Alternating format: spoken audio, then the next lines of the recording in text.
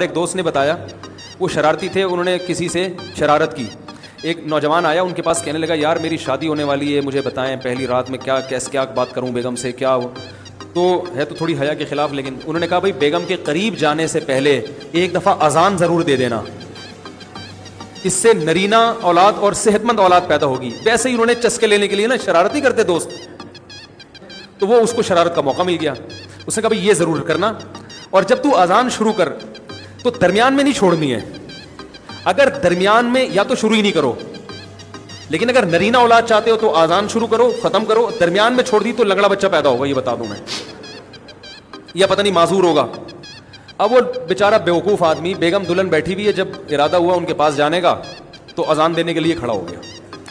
اب وہ دلہن ویسی بیچاری سہوی میں ہوتی ہے, وہ گھبرائی بھی ہوتی ہے کہ پتہ نہیں, وہ اور ڈر گئی ہے, کیا یہ پاگل ہے کیا ہے بھائی. اب وہ چیخنا چلانا شروع کیا دلہن نے, اس کو یاد آ رہا ہے درمیان میں اذان چھوڑنی نہیں.